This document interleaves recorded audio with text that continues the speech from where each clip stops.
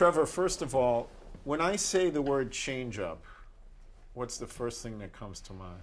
Really, it's an emotion. It's happiness that I was able to find one and utilize it as well as I did in the game. It was an equalizer pitch for me. I had a chance to come up in the red system and watch Rob Dibble throw, probably, in my opinion, the first live 100-mile-an-hour pitch. Then got to go to Florida where I got to see Brian Harvey's devastating split finger. So I kind of felt like, you know what, you need an equalizer-type pitch when you're out there late in the ball game. And so the changeup kind of became mine. It wasn't really something people associate with late in the ball game, being a changeup guy, but it's something that worked out for me. So how do you think your success with it has transformed thinking about it?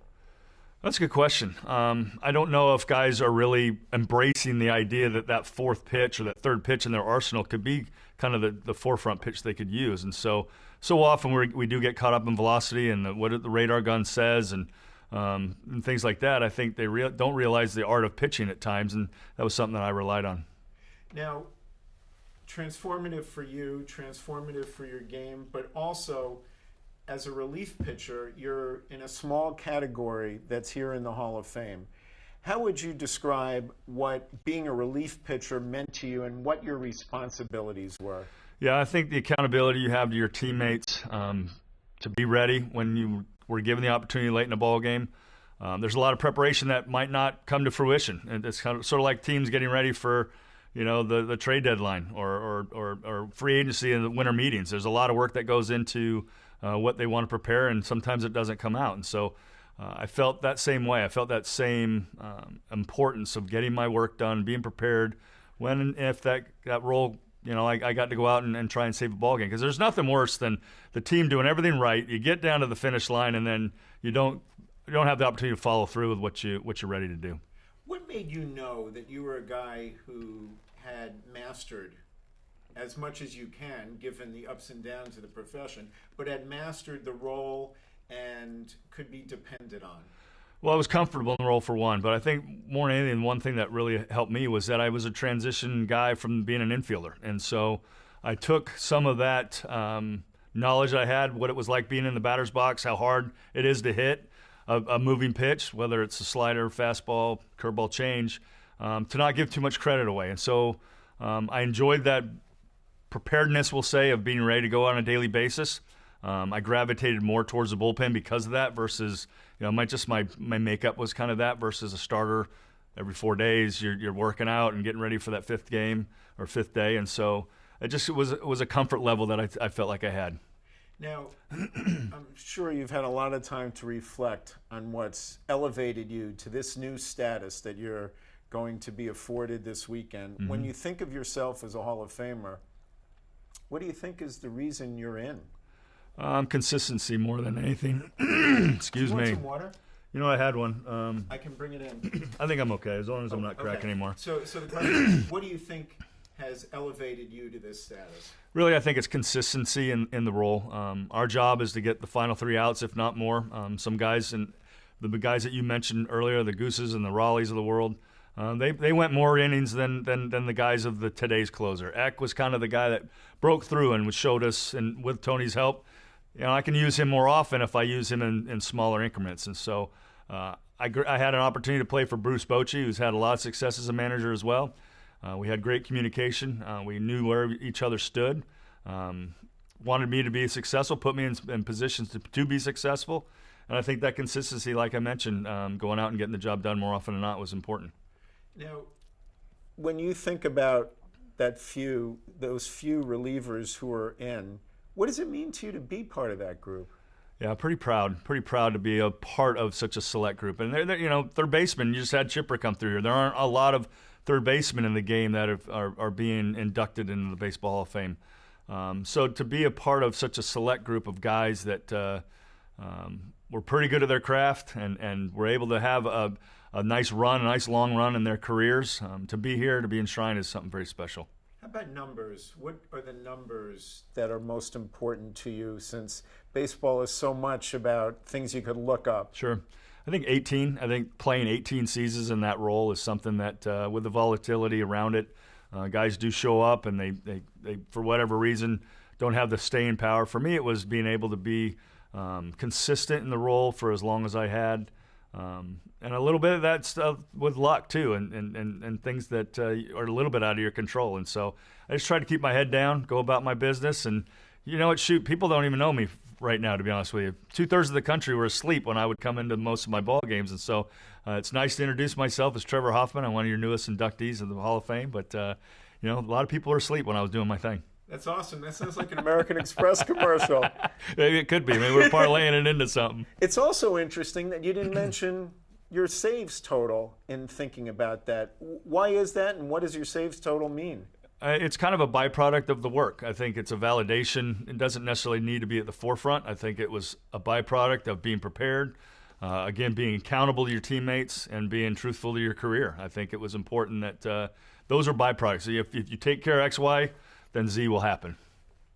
And what is that number of saves, and why do you think that number is significant? Milestone numbers were great. Hitting 400, climbing up the ladder, being the first to 500, being the first to 600, eventually being passed by Mariano Rivera, in my opinion, one of the greatest closer that the game's seen. But more than anything, you're talking about an individual stat within the team game. And I think the number of wins that I might have participated in, for me, overshadows the specific number of 601 saves that I ended up with. You mentioned Mariano Rivera, and he's up for election next year. What are your thoughts about how he was able to do what he did and what his legacy is? Yeah, I think he did it remarkably. I think the person, more than anything, stands out to me. Not having had a lot of opportunity to be around him when we played, getting to see him yearly now at the World Series, where we give out our Reliever of the Year awards for our respective leagues, is fantastic. But he's such a humble person. He has such reverence and such respect for the game. And certainly what he has done in the game. I mean, his numbers speak for themselves. You talk about numbers, his numbers speak for themselves and what he's done in the postseason. I think he's a first ballot guy for sure. Now, I wasn't clear on whether you said he is one of the greatest relievers of all time. I started to say that, but I think he is the greatest. Okay, I'm going to ask you again. Sure. What is Mariano Rivera's place in history? I think it's the top of the game as far as relievers go. I think it's pretty easy to kind of point not only his regular season success, but the success that he had with the Yankees with a number of world championships, and what his postseason record and ERA and saves total was in the postseason kind of speaks for itself. And how about that pitch, that cutter? How would you describe it as someone who appreciates the art of mastering a specific pitch to become successful? And so for me, it was a fastball. I needed to locate the fastball to get into position to use my out pitch. He simplified it even more, going one pitch and it be the cutter. Obviously, was able to put it on both sides of the plate. Started working up in the zone, down the zone, kind of tinkered around with a little bit of a sinker towards the end of his career, if I'm correct. But I think the fact that he was able to simplify and have such success, and guys knew it was coming and still couldn't hit it, says a lot about the pitch.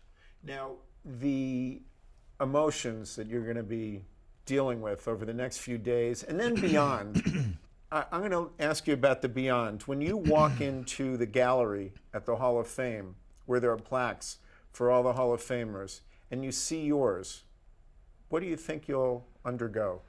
Yeah, that's another good question. I think until you're in that position, you can't quite understand some of the emotions that might come over you. But to understand that you are part of such a select group of this great game, that of all the men that have played it, and to be enshrined in that beautiful place, it's something that you don't think of as a player as you're going through your career.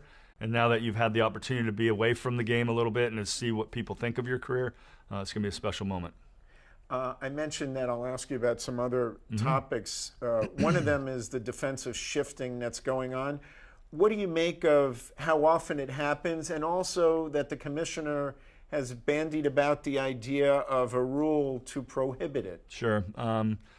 For me, more than anything, I think the onus is on the hitter. If they're going to shift a certain amount or a certain way, and your best opportunity is to maybe inside out a ball to hit it to the left side because it's vacated, for me, that helps the ball club. It puts a runner on. It gets traffic going. And so to ultimately ban something, in my opinion, is not totally necessary. I would let the game play itself out. The shift became important in a way that it opened up our eyes that, there are tendencies that guys are doing. If we pitch them a certain way, they're more often than not going to hit into that. They're going to hit into this position of how we're set up as a defensive side.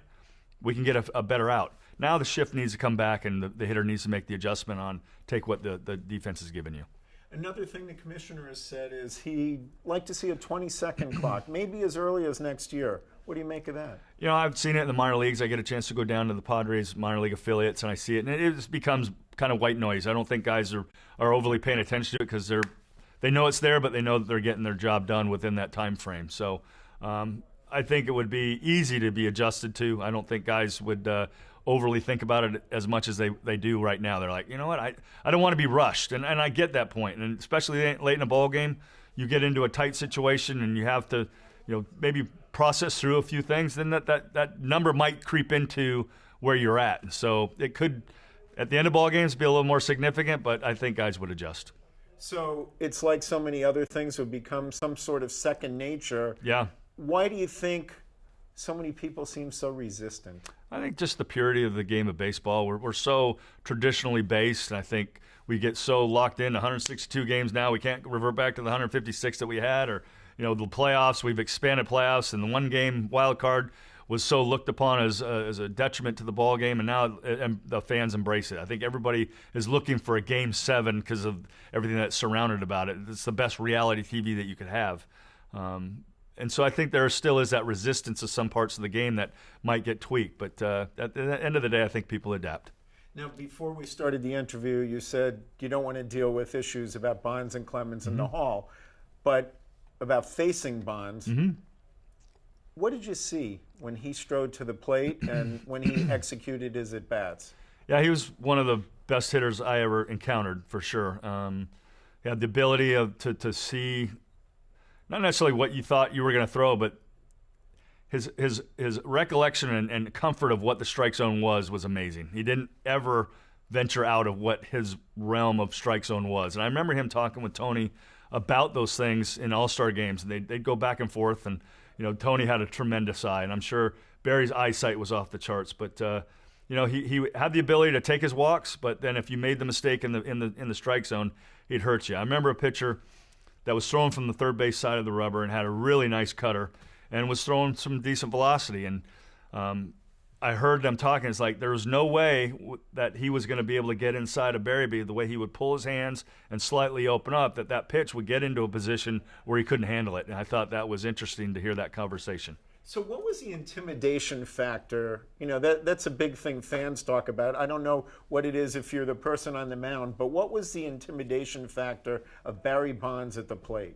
I think I was intimidated by every big league hitter that came out, to be honest with you. They had the opportunity to make havoc for me. So as much as I understood his ability as a hitter, everyone had that ability when they stepped in. If I didn't make my pitch, then I could get hurt by just about anybody. And in terms of his talents and his future, what do you see in your crystal ball? I don't know. I wish I could see him maybe going south about 100 miles into San Diego. If we could get that happen, that'd be great. Obviously he has roots back east. He's a Philadelphia guy. We see him in the Eagles games in the off season. But a good friend of mine, Mark Langston, is their radio guy, and he can't say enough good things about Mike Trout. So we're in a good place with our young guys in the game. Bryce Harper's another one. He was awesome with the fans at the All-Star game this year, the Home Run Derby. Got to see a little bit of his personality stand out even more. Two great guys that the game's in good shape with. What do you enjoy most when you watch Bryce Harper play? Just kind of the hair on fire. These plays with a passion, a conviction. Another good friend of mine, Kevin Long, is his hitting coach, and we haven't talked a ton about it, but I know what the game of baseball means to Kevin, and so I'm sure they have great talks. I'm sure they have a lot of banter at times, but you can tell he enjoys playing the game of baseball. He's not on the Padres, but he is in your Hey, maybe we can have both of them. We can get Bryce and Mike. That would be awesome. No problem. I was going to mention Manny Machado, who's now with the Dodgers. Yeah. What do you see in him? I have a feeling he's going to fall in love with L.A., to be very honest with you. I think he's going to really enjoy it. They got a great young kid, Corey Seager, that's going to come back next year. So it's a good problem the Dodgers have, but we got our eyes set on them, and don't go to sleep on the Padres. So when free agency comes about this coming offseason, and Manny Machado and Bryce Harper are presumably free agents, what do you foresee happening in terms of the hundreds of millions of dollars and the impact on the game? Yeah, aside from the dollars, I think it's just going to be a frenzy. I think everybody's going to be excited to see one of those two players in their uniform.